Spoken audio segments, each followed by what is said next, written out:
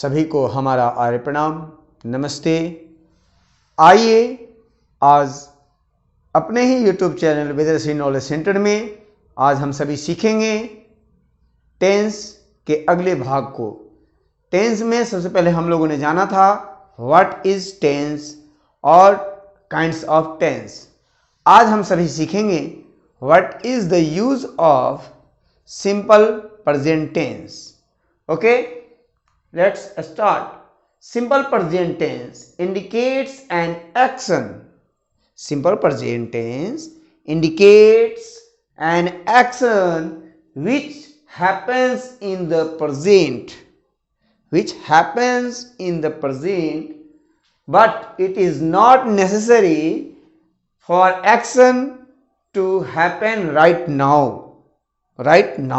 Okay, simple present tense indicates unchanging situations,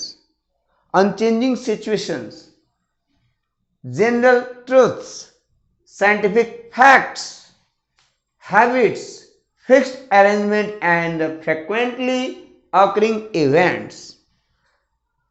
तो इन सब चीजों में हम लोग क्या करते हैं? सिंपल प्रेजेंट का प्रयोग करते हैं। सिंपल प्रेजेंट का प्रयोग कब कब करते हैं आपको पता हो गया। हैबिट में, नेचर में, और जो परमानेंट एक्शन है उसमें, और हैबिट एक्शन में, रूटीन में, परमानेंट एक्शन में, यूनिवर्सल ट्रूथ में, और एक्सिस्टेंस में, सिचुएशन में, पोजीशन में, इनहेरिएंट क्वालिटी में, और स्टेट पोजीशन, इन सब में हम लोग सिंपल प्रेजेंट टेंस का प्रयोग करते हैं। क्लियर है? समझ में आ रही बात? समझ में आ रही है?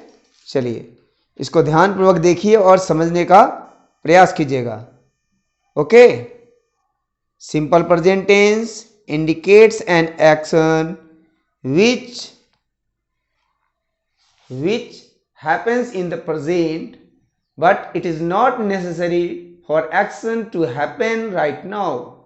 Simple present tense indicates unchanging situation, general truths, scientific facts, habits, fixed arrangement and frequently occurring events।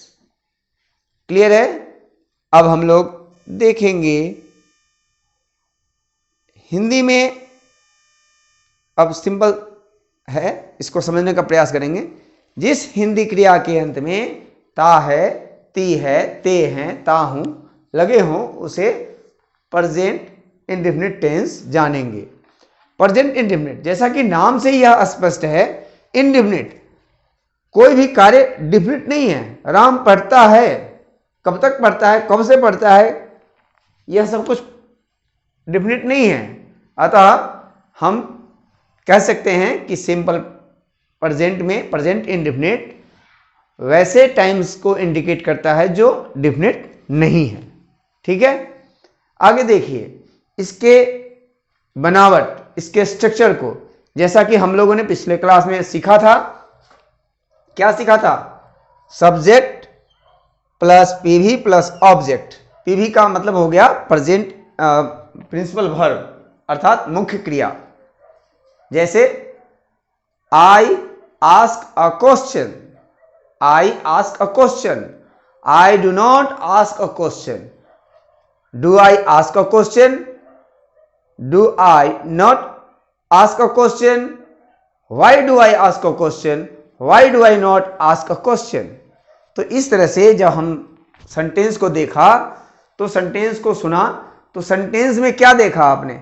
एक सेंटेंस है जो अफर्मेटिव है, दूसरा निगेटिव है, तीसरा इंट्रोगेटिव है, इंट्रोगेटिव निगेटिव है, और WH फैमिली, W फैमिली के साथ में भी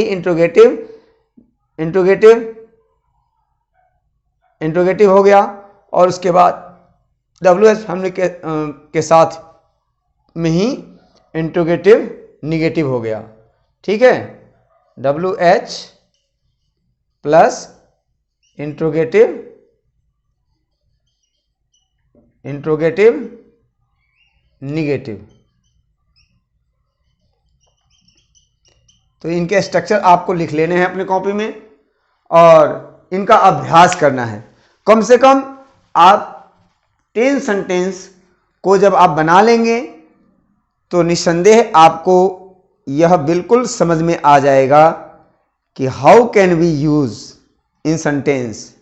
देखिए सेंटेंस में किस प्रकार से यूज करते हैं। मैं खेलता हूं, मैं खेलता हूं। अब क्रिकेट लगा लेंगे, ठीक है। I play cricket, I play cricket. मैं क्रिकेट नहीं खेलता हूं, I do not play cricket. क्या मैं क्रिकेट खेलता हूं, डू आई प्ले क्रिकेट। क्या मैं क्रिकेट नहीं खेलता हूं, do I not play cricket. मैं क्रिकेट क्यों खेलता हूं, why do I play cricket. मैं क्रिकेट क्यों नहीं खेलता हूं, why do I not play cricket. तो इसमें आपको समझ में आ गया होगा कि किस तरह से हमें इन प्रेजेंट इंडेफिनिट के सेंटेंसों का निर्माण करना है।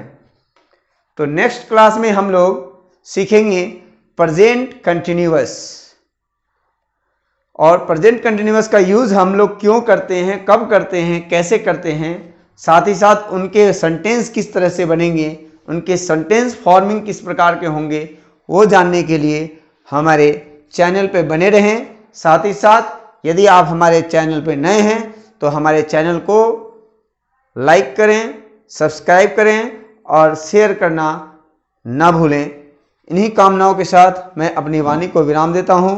जयतु संस्कृतम, जयतु भारतम।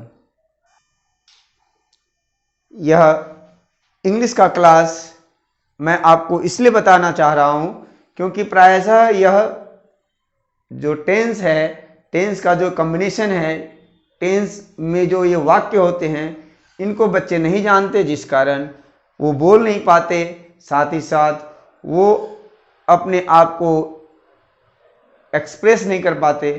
तो यदि ये सीख लेते हैं तो आप निस्संदेह अपने विचारों को, अपने भावों को व्यक्त कर पाएंगे। और हमारे चैनल पर कंटिन्यूअस बने रहें।